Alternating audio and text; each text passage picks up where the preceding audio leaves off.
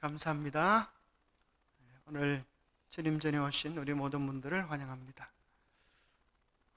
그저께 뉴스를 보니까 참 깜짝 놀랐죠. 이 트럼프, 그죠? 총알이 정말 조금만 더 가까이 맞았더라면 정말 죽을 뻔했는데, 그 생사의 갈림길 속에서도 저는 그 부분이 참 깜짝 놀라서, 총알이 스쳐 지나가서 막 피가 나는데도, 그죠? 그 순간에 일어서가지고 아주 주먹을 쥐고 아주 그렇게 본인의 어떤 의지를 보여주는, 그리고 또 그 기자가 그 순간을 탁 찍어가지고 그 사진이 아주 얼마나 지금 히트를 치는지 몰라요. 그러고 나서 트럼프가 이 신뢰도가 막 상승하는 그런 상황이 있다. 참 희한하죠. 죽었다가 살아나면 그런 일이 일어나는 것 같아요. 어떤 신문 뉴스에 그 방송에 보니까 트럼프가 아직도 할 일이 있기 때문에 신이 살려두신 것이다, 그런 얘기를 많이 하면서 트럼프에 대한 새로운 기대를 가지는 것 같습니다. 자, 오늘은 대쟁투 38장 하나님의 마지막 기별, 하나님께서 이 지구상에 보내는 마지막 기별, 그것을 우리의 손에 맡겨주시는데 우리가 이것을 어떻게 감당해야 될 것인가. 자, 하나님의 마지막 기별이 어디에 나옵니까? 어디에 나와요? 요한계시록 14장. 그러시는 분들은 오늘 본문을 잘 안 읽었습니다. 원래 그것도 맞지만은 오늘 본문은 계시록 18장으로 시작합니다. 그래서 자, 그러면 14장의 세 천사의 기별과 18장의 기별은 다른 것일까요? 같은 것일까요? 또 여기 보면 계시록 18장은 어떻게 시작하는가 하면 이 일 후에 다른 천사가 그렇게 나왔어요. 계시록 14장에는 첫째, 둘째, 셋째 이렇게 나오고 계시록 18장에는 또 뭐라고 나온다고요? 다른 천사가 하늘에서 내려오는 것을 보니 큰 권세를 가졌는데 그의 영광으로 땅이 환하여지더라. 그렇다고 하면 다른 천사이기 때문에 다른 천사일까? 아니면 세 천사의 기별의 반복일까? 그런 생각들을 우리가 해보게 되는 것 같습니다. 자, 문제를 풀면서 우리가 함께 해결해 보도록 하겠습니다. 자, 1번 문제, 요한계시록 18장 1절부터 4절에 대한 설명으로 틀린 것을 고르시오. 자, 1번, 이 말씀은 바벨론을 구성하고 있는 모든 단체가 처한 타락의 상태를 부가적으로 말해준다. 2번, 내 백성아 거기서 나오라는 선포는 지상 거민들에게 주어질 마지막 경고이다. 3번, 이 말씀은 계시록 14장 8절의 둘째 천사의 기별을 반복하고 있다.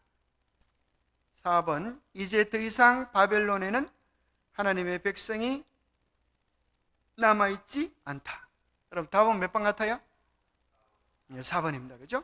바벨론의 백성이 더 이상 남아있지 않으면 기별을 외칠 이유가 없겠죠. 바벨론에도 있습니다. 그러면서 둘째 천사의 기별을 반복한다라는 말은 또 다른 천사가 아니고 그 기별을 뭐와 더불어서요? 큰 권세, 그죠? 여기 보니까 큰 권세를 가졌는데, 그래서 앞에 전해졌던 세 천사의 기별에다가 뭐가 더해져요? 큰 권세가 더해져서 마지막 세 천사에게 주시는 사명을 완수하는 남은 무리의 모습을 보여주고 있습니다.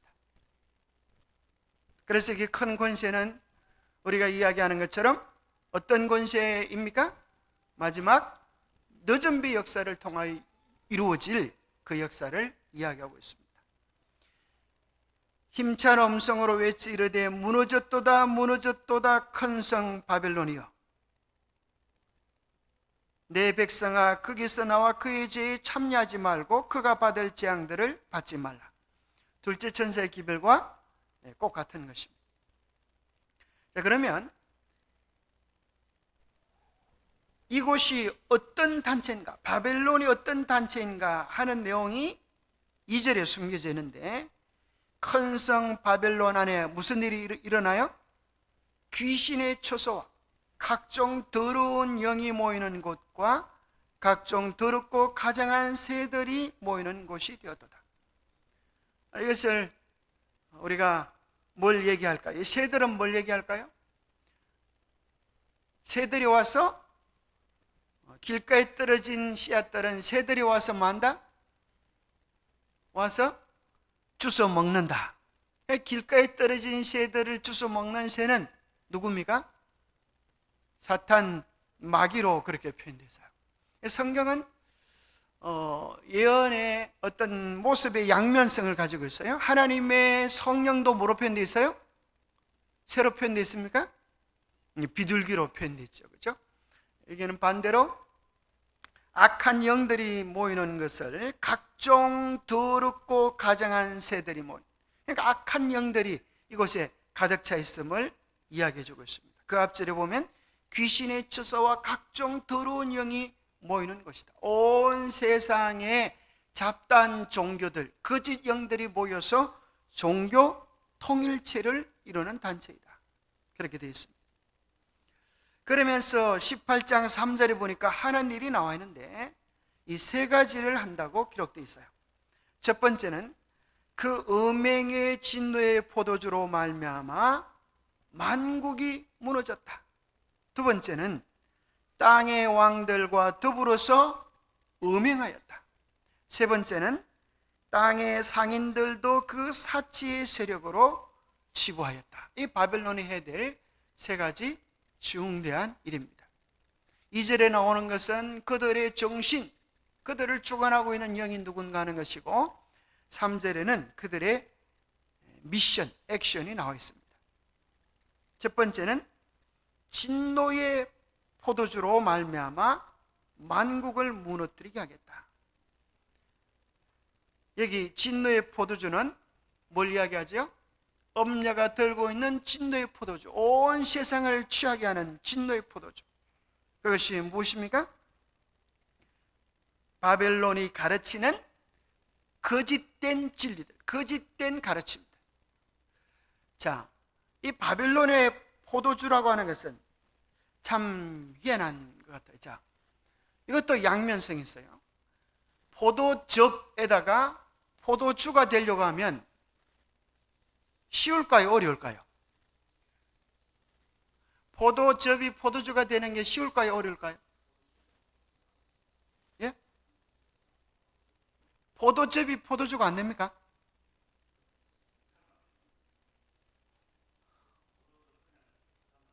예, 그래요.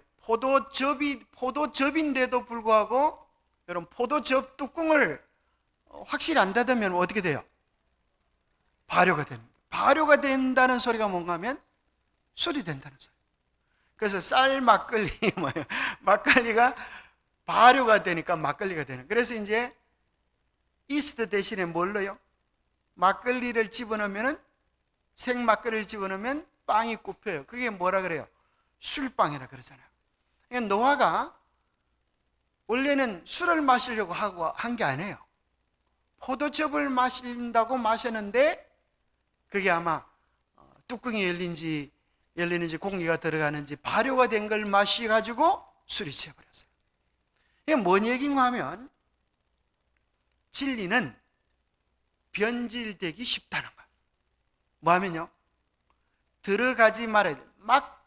만나지 말아야 될 걸 만나면 부패가 돼요. 그죠? 쇠도 녹습니까? 쇠도 녹이 쓸죠. 쇠도 부패가 되죠. 그죠? 쇠도 부패가 돼요. 그걸 뭐라 그래요? 녹선다 그러잖아요. 그죠? 그렇게 강한 쇠도 뭘 만나면 산소를 만나서 부패가 되는 거예요. 그래서 진리를 순수하게 보존해야 하는데, 생명수에다가 독을 타면 어떻게 될까요? 좋은 생명수가, 아주 강력한 생명수가 될까요? 사람들을 효과적으로 죽이는 독이 될까요? 참 희한한 것은 보세요. 모세의 지팡이가 발견되었을까요? 모세의 시체를 하나님께서 왜 감추셨을까요? 그런 것들을 생각해 보면 사람들은 자꾸 뭐 하려고 그래요? 뭔가를 눈에 보이는 형상으로 만들어서 섬기고 싶어 하는 거예요. 그게 우상이야. 모세의 지팡이가 오늘 있다고 하면 사람들이 그죠? 가서 막 만지고 병이 낫고 싶고 하는 그런 이야기가 있을 거예요. 자, 여러분들 여기 보면 야곱이 도망가다가 베델에 이르러 가지고 그죠? 꿈을 꾸잖아요. 베델에 이르러서 꿈을 꾸는데 그곳이 이제 꿈에서 깨어나 가지고 야곱이 뭐라 그래요? 이곳은 하나님의 전이요 하늘의 문이로다. 그렇게 이야기합니다. 자, 1번. 원래 그곳이 하나님의 전이었다. 2번. 하나님께서 그곳에서 야곱을 만나 주셨기 때문에 하늘의 문이 되었다. 그럼 정답이 뭐 같아요? 자, 호렙산. 그걸 성경에 보면 여호와의 산이라고 되어 있어요. 1번. 그곳이 원래 여호와께서 구별하신 하나님께서 사시는 산이다. 2번. 모세가 거기서 하나님을 만났기 때문에 하나님의 산이 되었다. 답이 뭐 같아요? 2번이에요. 똑같은 사건은 뭘 이야기하는가 하면 그것들은 뭘 이야기하는가 하면 오늘 우리가 사는 곳 그것이 누구를 만나면요 하나님을 만나면 거룩한 곳이 되기도 하고 예루살렘에 오는 사람들의 마음이 준비되지 못하면 하나님을 향하여 거룩하게 구별되지 못하면 그곳이 뭐가 될 수도 있어요? 예루살렘이 무너지고 바벨론이 세워질 수 있다고 하는 사실을 기억해야 될 필요가 있어요. 참 무섭죠? 하나님께 예배를 드릴 때 이 거룩한 예배당에 하나님만 오실까요? 그죠? 가인과 아벨이 제단을 쌓을 때 하나님께서만 그 제단을 받으시는 것이 아니라 가인이 자기의 욕망과 자기의 뜻을 그 속에 두었을 때 그 예배는 하나님이 받으실 수 없는 예배가 되었어요. 그래서 바벨론의 포도주는 원래는 우리가 이렇게 생각해야 돼요. 우리가 생각하기에 악이라고 하는 것은 100% 악이다 이런 게 아니에요. 진리가 뭐 되면요? 왜곡되면 가장 강력한 포도주가 되는 거예요. 바벨론의 포도주들은 사실은 다 뭘 가지고 있는가 하면 하나님의 말씀의 형태들을 취하고 있어요. 그래 그걸 왜곡시키는 거예요. 자, 천주교회를 상징하는 굉장한 마크가 뭐예요? 천국 열쇠. 이게 성경에 나옵니까? 성경에 나와요. 예수님께서 그죠? 천국 열쇠를 주겠다고 하셨어요.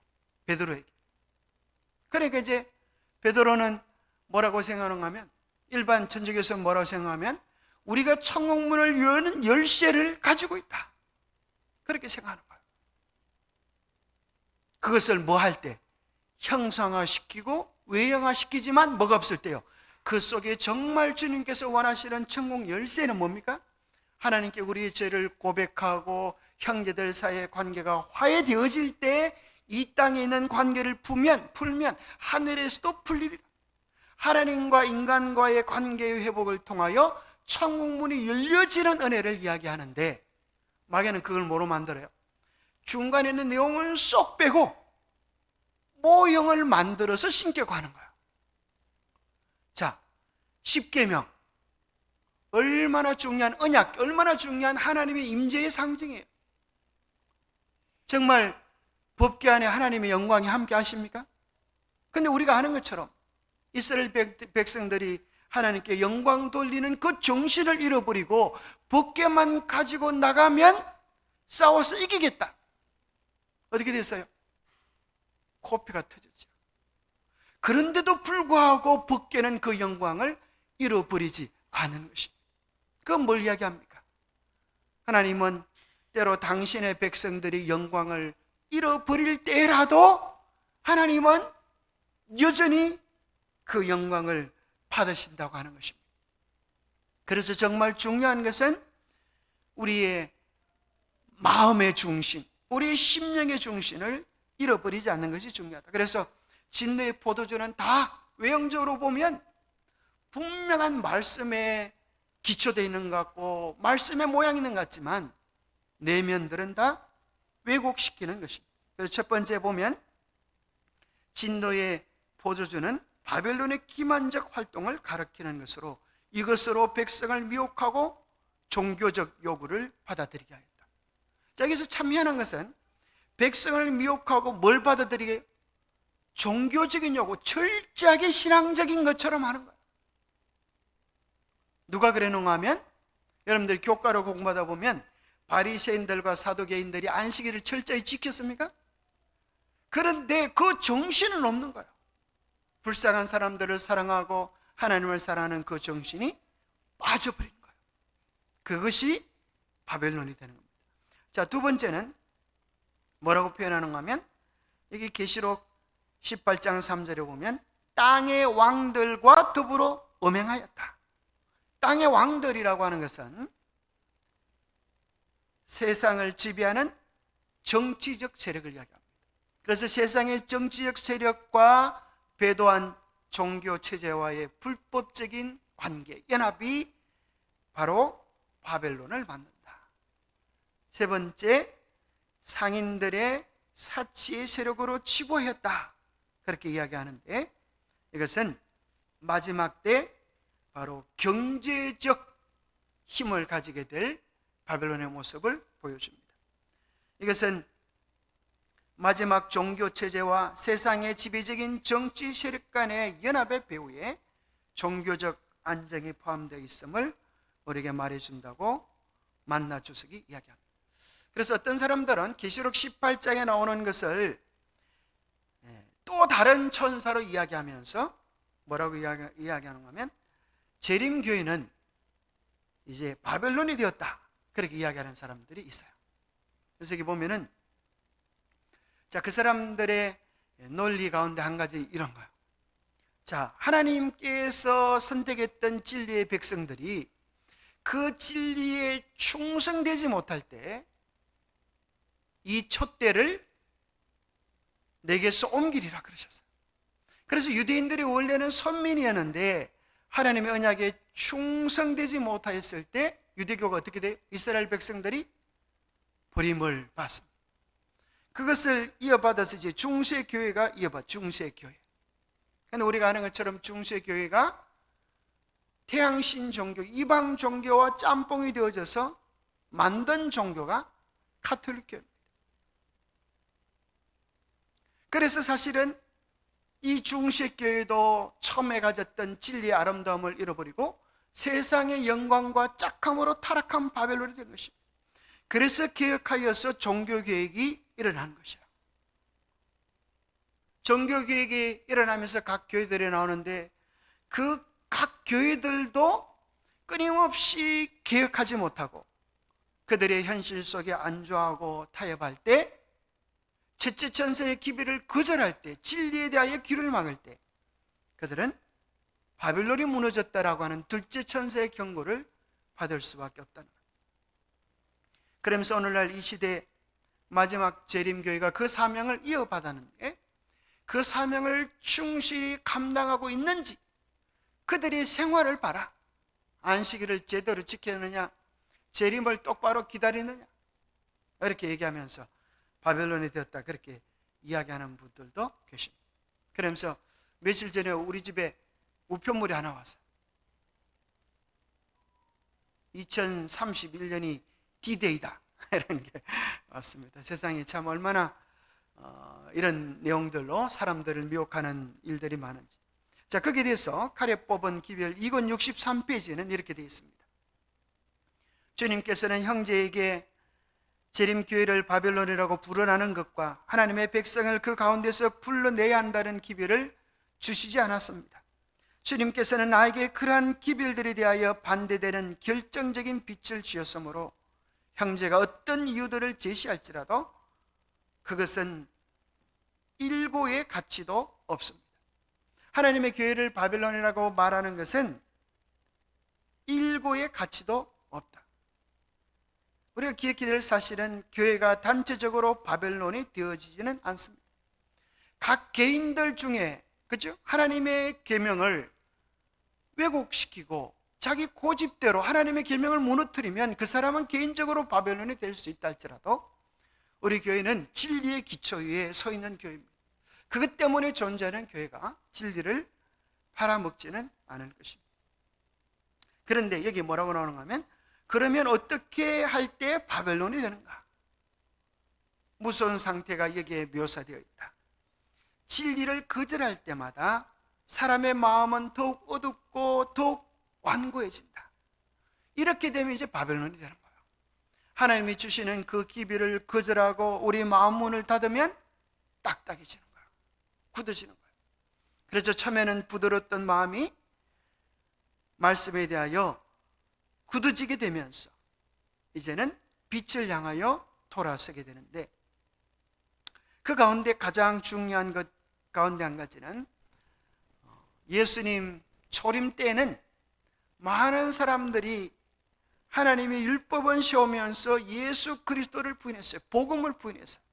그런데 마지막 시대는 복음은 받아들이면서 하나님의 계명을 부인하는 일이 있겠다고 했습니다.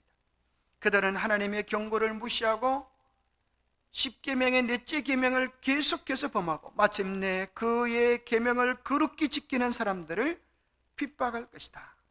그러면서 이렇게 얘기합니다. 그리스도께서는 당신의 말씀과 당신의 백성이 받는 멸시를 통해 거절당하신다. 어느 백인 교회 앞에 흑인이 앉아서 울고 있어요. 그때 옆에 한 사람이 묻습니다. 너 왜 교회 못 들어가고 울고 있니? 저도 교회 들어가서 예수님을 정말 만나고 싶은데 제가 피부가 검다고 이 사람들이 저를 못 들어오게 해요. 그래서 울고 있어요. 그때 옆에 계신 분이 그런 거야. 야, 너만 못 들어간 줄 아냐? 나도 못 들어갔다. 당신은 누구세요? 나는 예수라는 사람이다. 그랬다는 거예요. 그게 어느 정도 교훈을 담긴 얘기지만, 어느 정도 신빙성 있는 얘기지만 이제 예화로 쓰여지는 것인데, 우리가 뭐 하면요, 예수님이 없으면 우리가 바벨론이 될 수 있다. 또 여기 뭐라고 표현하면, 하나님의 백성을 멸시하면, 하나님의 계명을 무시하면 우리가 바벨론의 길을 갈 수 있다라고 말씀해 주고 계셔요. 그래서 예수님께서는 말씀하기를, 주의 이름으로 뭐 한 사람에게마저도 찬물 한 잔을 베푸는 것도 하나님께서 기억하겠다, 그렇게 이야기했어요. 그래서 우리의 복음은 우리의 머릿속에서, 그 다음에 우리의 가슴 속에서, 우리의 손발 속에서 실천되어져야 할 필요가 있습니다. 그래서 여기 사도행적 11페이지에 보면 이런 말씀이 있습니다. 교회는 반역한 세상에서 하나님이 보유하고 계시는 당신의 요새요 도피성이다. 교회에 대한 어떠한 배신이든지 그것은 당신의 독생자의 피로 인류를 사신 하나님께 대한 반역이다.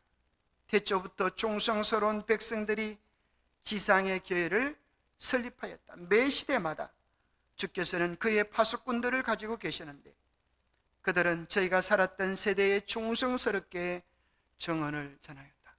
우리가 정말 예수님을 사랑하면 그 예수님을 사랑하는 보이지 않는 모습은 어떻게 나타날까요? 교회를 사랑하는 모습으로 나타나게 돼요. 그렇습니까? 예수님을 정말 사랑하면 그 마음은 영혼을 사랑하는 모습으로 나타나게 돼요. 그래서 그런 말이 있습니다. 그죠? 사랑과 반기는 도무지 감출 수가 없다. 아무리 감추려고 해도 냄새가 나잖아요. 사랑하면 표현이 되는 거예요.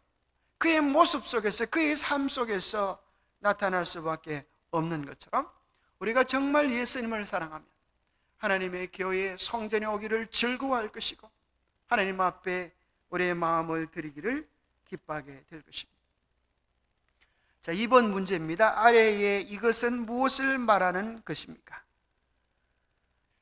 이것을 믿는 믿음은 마귀의 가르침이 들어올 수 있는 문을 열어주며 또한 이를 통해 악한 천사들이 교회에 영향을 끼치게 된다. 참 놀랍게도 여기 뭐라고 이야기하는가 하면 이것을 믿는 믿음을 통하여 마귀의 가르침이 문을 열고 교회 안에도 들어오게 된다. 참 놀랍죠. 마귀는 얼마나 대단한 고차원적인 존재인지 우리는 마귀를 갖다 흔히 그죠? 뿔 달린 도깨비로 이해를 해요.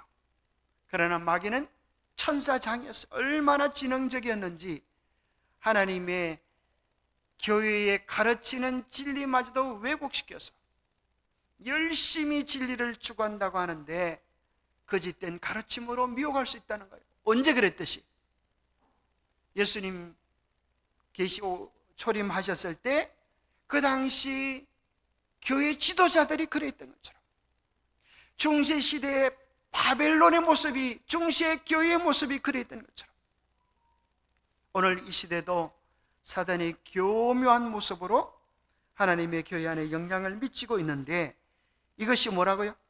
자, 2번의 답이 뭡니까? 이것을 믿는 믿음은, 그래서 이것이 바로 여러분의 책 554페이지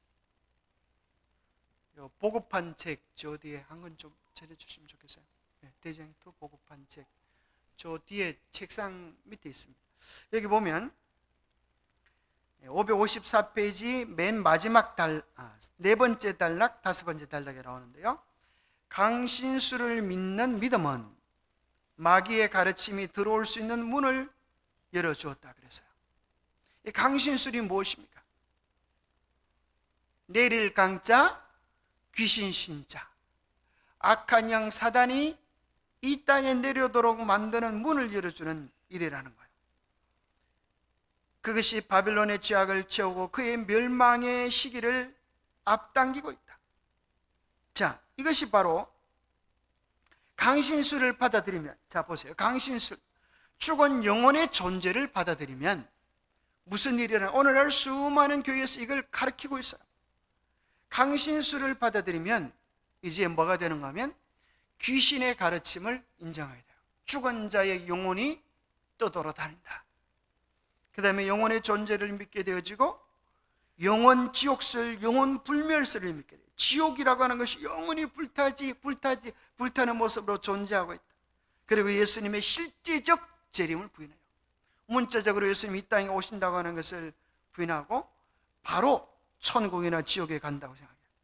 그래서 옛날에 여러분 혹시 그런 얘기 들어보시면 모르겠어요. 드라큘라가 싫어하는 세 가지, 그게 뭐라 그래요? 혹시 여러분 아세요? 드라큘라 퇴치법.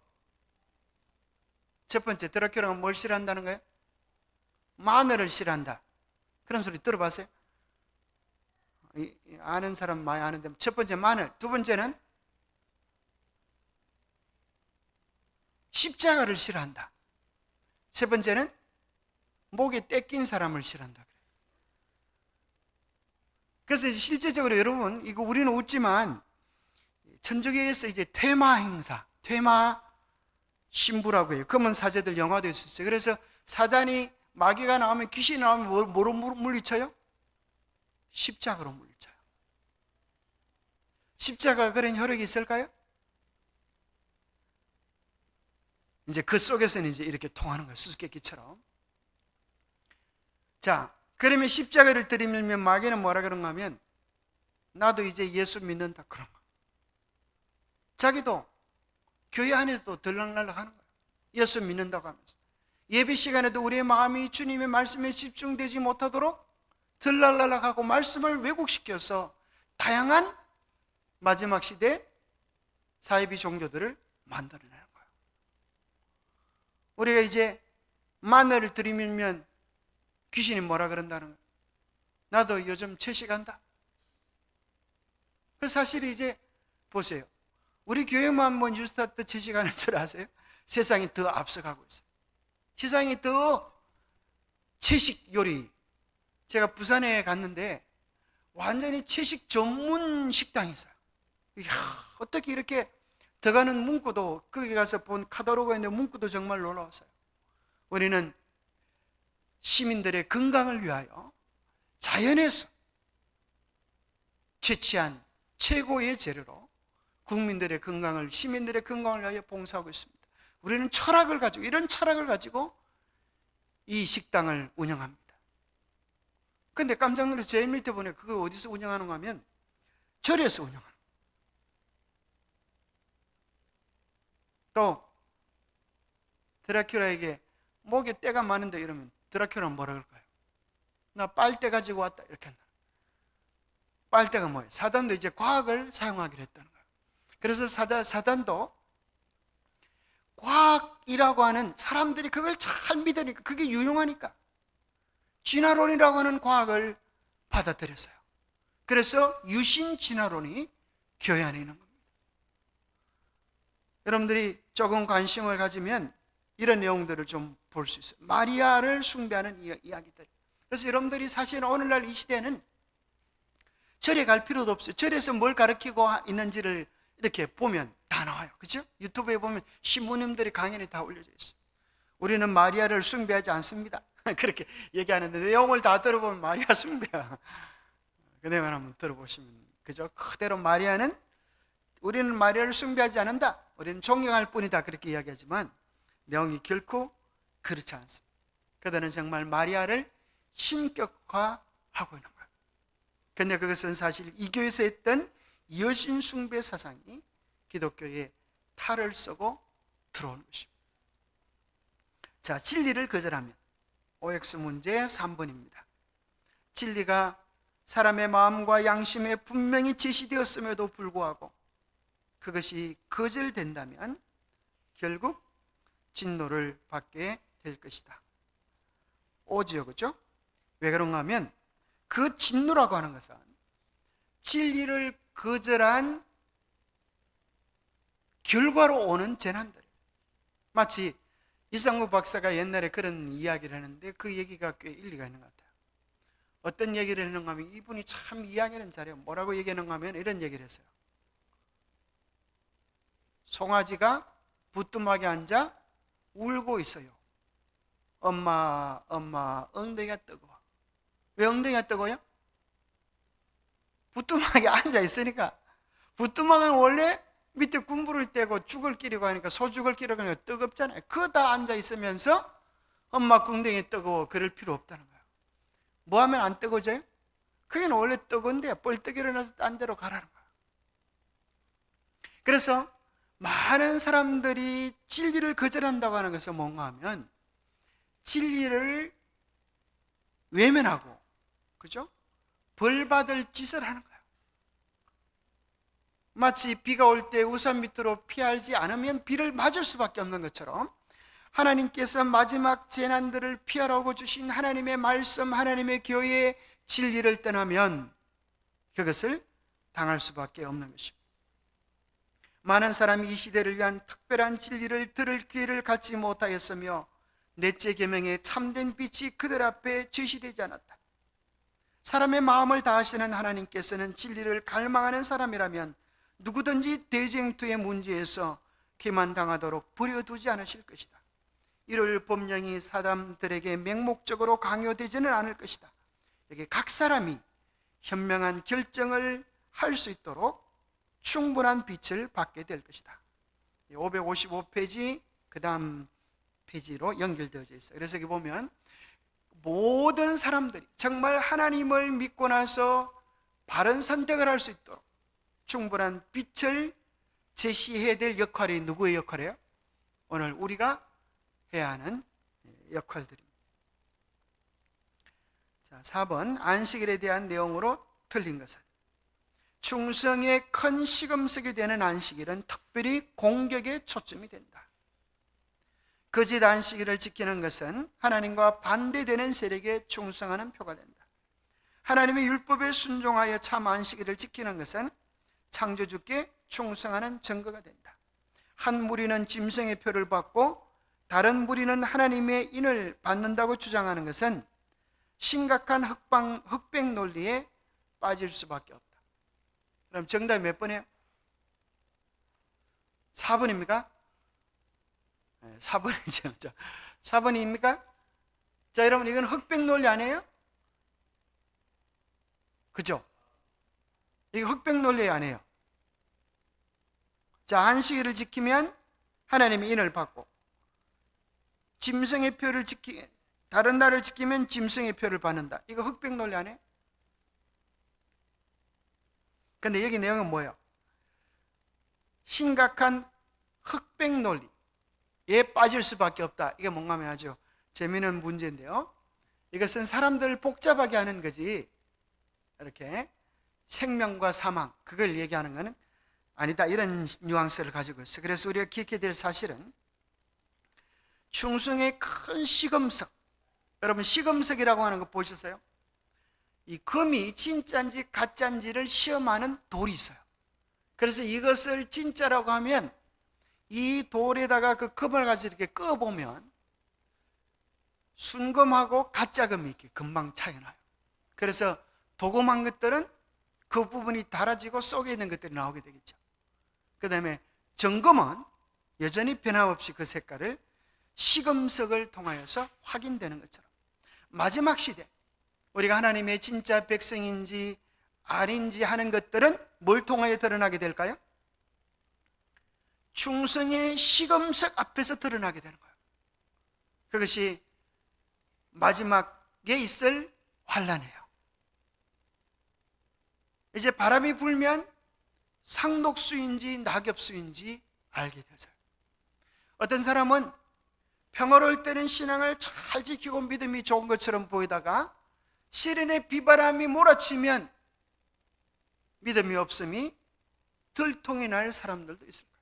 그래서 어떤 말씀에 보면 우리가 별이라고 생각했던 많은 사람들이 허무하게 떨어지는 것을 보게 될 것이다. 그래서 그 충성의 시금석이 뭔가 하면 하나님의 네 번째 계명, 안식일이 특별히 공격의 초점이 될 것이다. 거짓 안식일을 지키는 것과 하나님과 반대되는 세력에 충성하는 표가 되는 한편, 하나님의 율법에 순종하여 참 안식일을 지키는 것은 창조주께 충성하는 증거가 된다. 왜 안식일이, 제7일 안식일이 충성의 시금석이 될까요? 그것은 우리가 하나님을 예배해야 하는 마땅한 근거와 이유를 제시하고 있기 때문에 그래요. 그래서 이제 이런 비유를 쓰죠.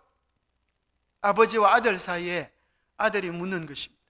아빠, 뒷집 아저씨는 나한테 더 잘해주는데, 나한테 먹을 것도 많이 주고 옷도 사줘. 그러는데 그 아버지 보고 아빠라고 부르면 안 돼요? 아빠보다 더 나은 것 같은데. 이렇게 말을 하면 아버지가 뭐라 그래야 되겠어요? 그래, 아빠라고 불러라 이놈아. 그래도 되겠어요? 그게 아니죠. 아빠라고 이야기할 수 있는, 아버지라고 이야기할 수 있는 딱 한 가지, 그죠? 그게 뭐예요? 내가 너 아버지다. 결코 다른 존재는 너희 아버지가 될 수 없다.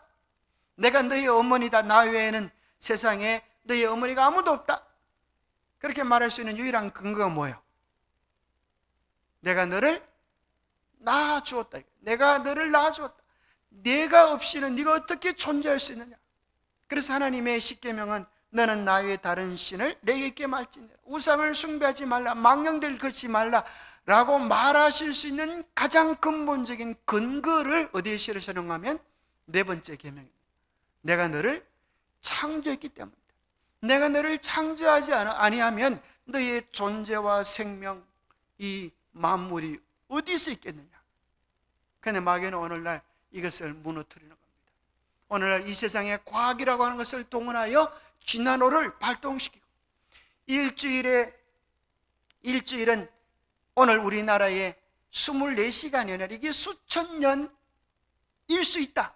그래서 오늘날 과학의 탈, 성경 말씀을 동원하여서 유신 진화론을 만들어 가지고 이렇게 설명해 주고 있어요. 거기에 대하여 일주일은 24시간이고 바로 제7일은 하나님을 예배하는 날입니다. 하나님 제7일 안식일이 그 모든 다양한 변론에 대한 확실한 답변이 되기 때문입니다. 그래서 정말 마지막 우리가 하나님을 바로 믿는 그것이 뭘 통하여 나타나요? 세상의 모든 정치, 경제, 종교가 통합되어져서 강력한 이를 법령을 내릴 때에 하나님의 말씀 위에 굳게 서는 것으로 나타납니다. 그래서 여러분들이 베들레헴 성경에서 눈동자라고 하는 것을 한번 검색을 해보세요. 눈동자라고 하는 것을 검색하면 이런 구절들을 만나게 돼요. 신명기 32장 10절에 보면 여호와께서 그를 황무지에서 짐승이 부르짖는 광야에서 만나시고 호위하시며 보호하시며 자기의 뭐같이 지키셨도다? 눈동자같이 지키셨도다. 여러분 생각해 보세요. 하나님께서 우리를 당신의 눈동자처럼 지키신다면 좋을까요? 두말할 필요 없겠지. 우리의 눈은 우리 신체 중에서 그죠? 가장 중요하고 가장 예민한 것이. 그래서 누가 손이 그저 눈앞으로 지나가면 눈이 자기도 모르게 감겨요. 그래서 하루에 평균 2만 번 이상씩 자동으로 눈이 감긴다. 그걸 뭘 표현하는가 하면 하나님께서 우리를 지키시고 보호하신다, 그런 표현을 가지고 있어요. 그것이 우리가 이해하는 차원은 아니겠죠. 때로 우리가 하나님 이때 이렇게 도와주시라고 기도할 때 내 기도가 이루어지지 않을 때도 있어요. 그러나 나중에 알게 되는 것입니다. 신명기 32장 10절에 보면 이스라엘 백성들의 광야 여행 속에서의 경험을 뒤돌아보면서 이렇게 이야기하고 계세요. 그런데 여러분 보세요. 이런 놀라운 인도하심을 받았던 이스라엘 백성들은 정작 하나님께서 눈동자처럼 우리를 사랑하시고 돌보신다, 이걸 느꼈을까요? 못 느꼈을까요? 희한한 것은 여러분들이 민수기를 보면 물이 좀 없다. 그럼 이스라엘 백성들이 어떻게 해요? 원망합니다. 그죠? 먹을 게 없다. 또 원망하지. 끊임없이 그들은 문제와 원망, 이 사이를 왔다 갔다 하는 것입니다. 그런데 성경은 뭐라고 이야기하는가 하면 너희의 옷이 헤어지지 않았고 너희들이 먹을 양식이 매일 채워졌고 너희들이 마실 물들을 누가 공급했더냐. 하루도 살 수 없는 광야 속에서 하나님께서 40년 동안 200만 대군을 이끄셨다는 거죠. 하나님께서 누구를 눈동자처럼 지키시는가. 자, 그 다음 구절을 보면 우리가 이런 걸 발견하게 됩니다. 잠언 7장 2절에 보니까 내 계명을 지켜 살며 내 법을 눈동자처럼 지키라.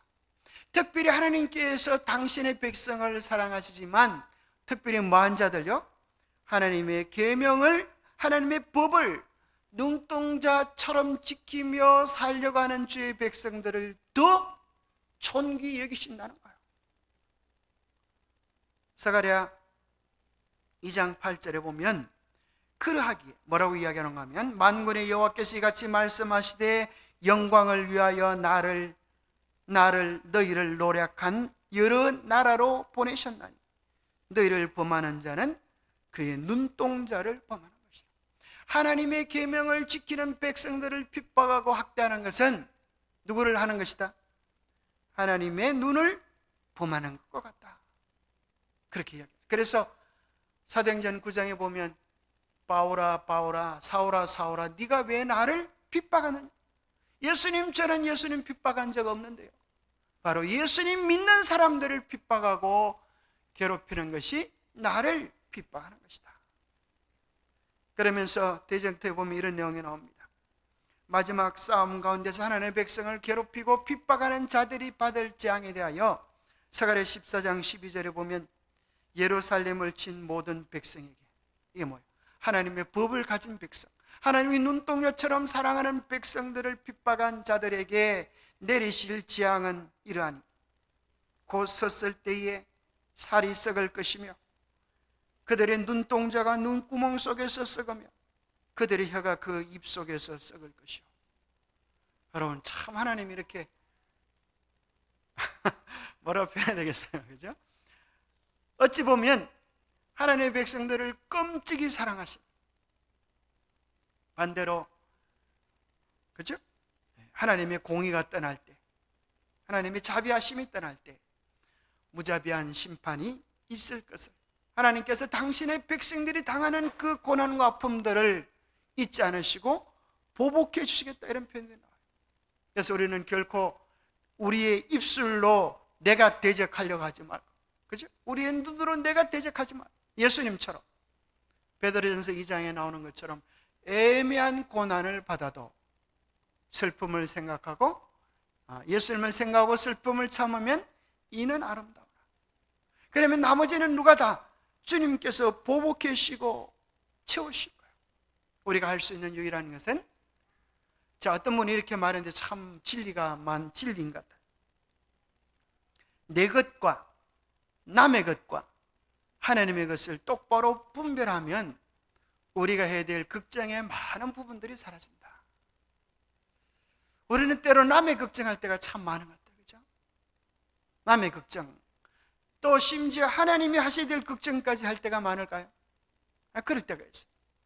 하나님, 도대체 이 교회가 왜 이 모양입니까? 이 세상 운명이 왜 이렇게 되어갑니까? 이렇게 할 때가 있는 거죠.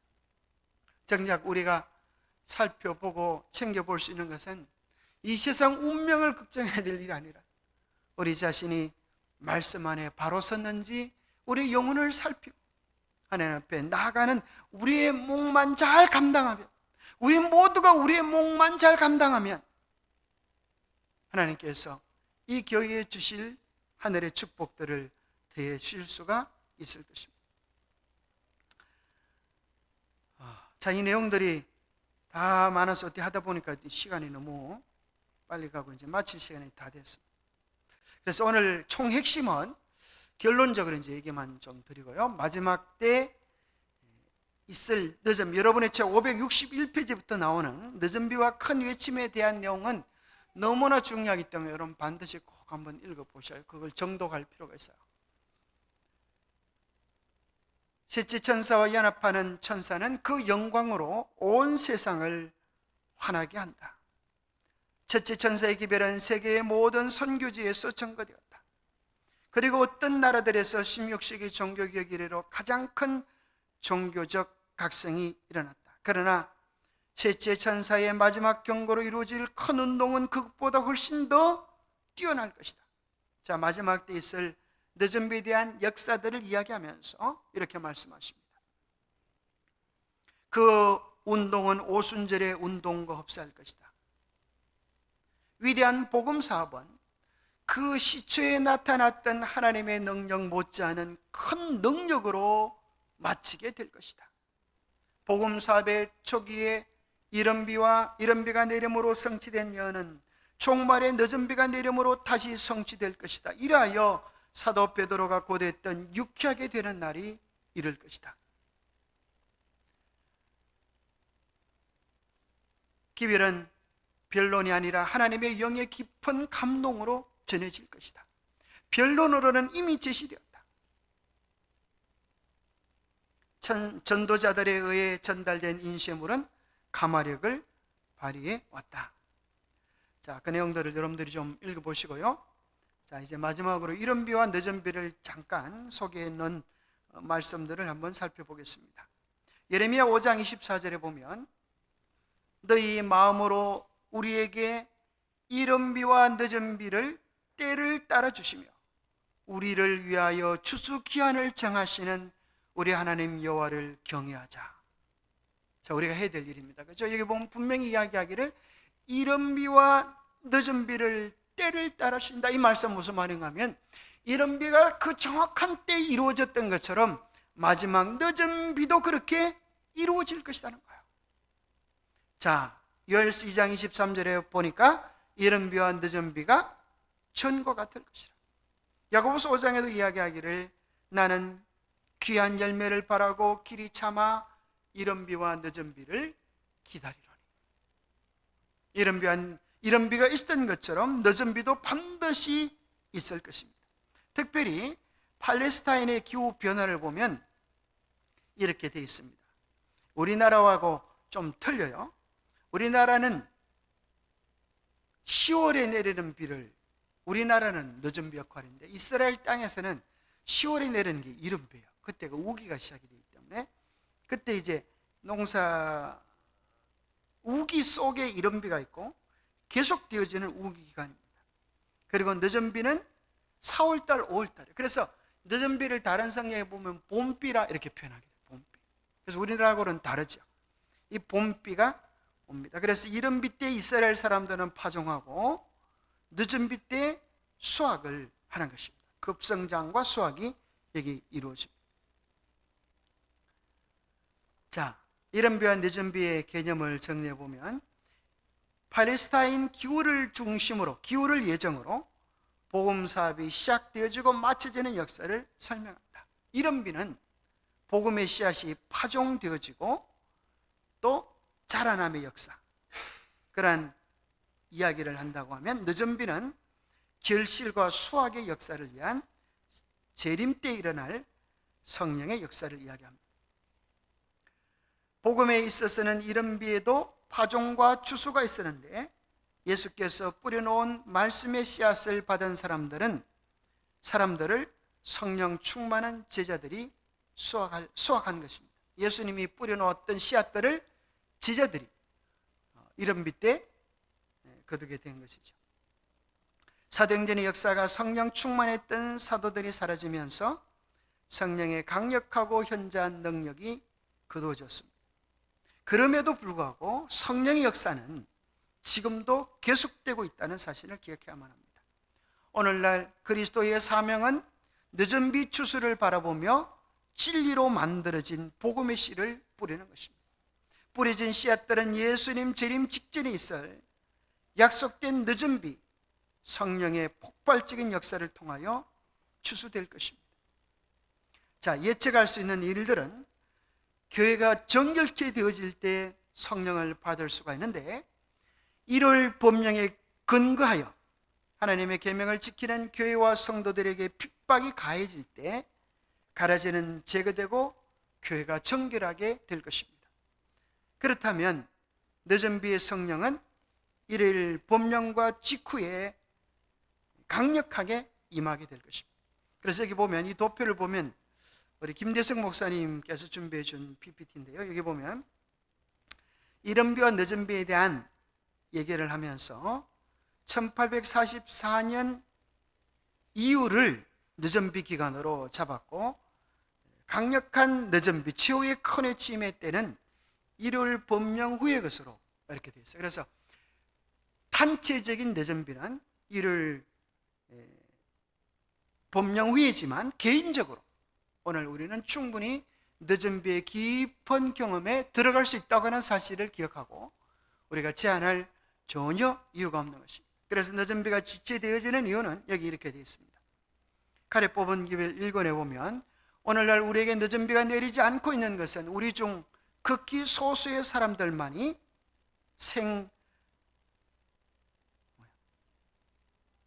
생활의 성리를 경험하고 있으며 참된 경건의 부흥이 너무나 결핍되어 있기 때문이다.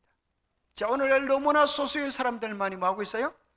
생활에서의 성리, 우리 생활 속에서의 말씀으로 인한 성리가 부족하고 경건의 부흥이 부족하다. 그래서 우리가 늦은 비를 위하여 어떤 준비를 해야 할 것인가? 자, 이게 마지막 오늘 중요한 결론입니다. 날마다 이른 비의 경험을 통한 회개와 정결의 시간들을 가져야 합니다.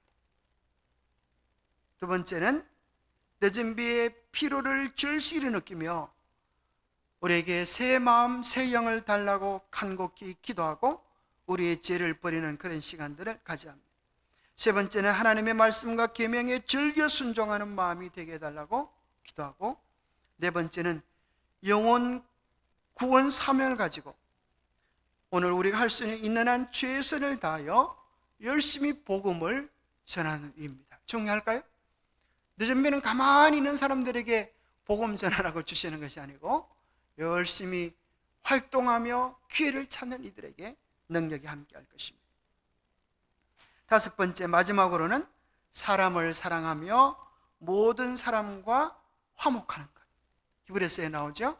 화평함과 거룩함을 쫓아라. 이것이 없이는 아무도 주를 보지 못하리라. 그렇게 이야기하고 계셔요. 그래서 우리는 이 다섯 가지, 첫 번째는 정말 우리가 죄를 살피고 깊은 회개와 성찰의 시간을 가지는 것, 늦은 비 약속을 의지하고 간구하는 것, 하나님의 계명과 말씀에 즐겨 순종하는 것, 우리가 영혼을 사랑하는 마음을 가지고 열심히 복음을 전하는 것, 사람을 사랑하고 화목하는 일들, 이런 일들은 정말 우리로 하여금 늦은 비에 합당하게 서도록 우리를 준비시키는 일입니다. 잠깐 기도하겠습니다. 하나님 아버지, 참으로 우리의 마음이 주의 말씀을 향하여 열리게 도와주시고, 그 말씀들이 우리의 심령 속에 심어지게 도와주시고, 인내를 가지며 그 심어진 말씀들을 결실시키게 도와주시옵소서. 이 때를 바르게 분별하는 믿음을 가질 뿐 아니라 우리의 생활 속에서 주님의 말씀으로 성령으로 인한 승리들을 경험하면서 매일 주님과 동행하는 삶을 살아갈 수 있도록 도와주시옵소서. 마귀는 여러 가지 방법들로 우리의 삶을 무너뜨리고 우리의 신앙을 무너뜨리기 위해 애를 쓰는 때에 살아가고 있습니다. 하나님, 우리가 당하는 많은 문제들이 믿음으로 승리하고 주님의 이름으로 승리하는 것을 우리의 삶에서 경험하도록 도와주시옵소서. 그래야 말씀으로 일어서고 기도로 일어서는 우리가 되게 축복하여 주시고, 참으로 눈동자처럼 사랑하시는 주님의 사랑을 믿고 우리 모두의 심령 속에 평강과 힘과 용기를 얻을 수 있도록 복 주시옵기를 우리 주 예수 그리스도 이름 어지하여 간절히 간구하옵나이다.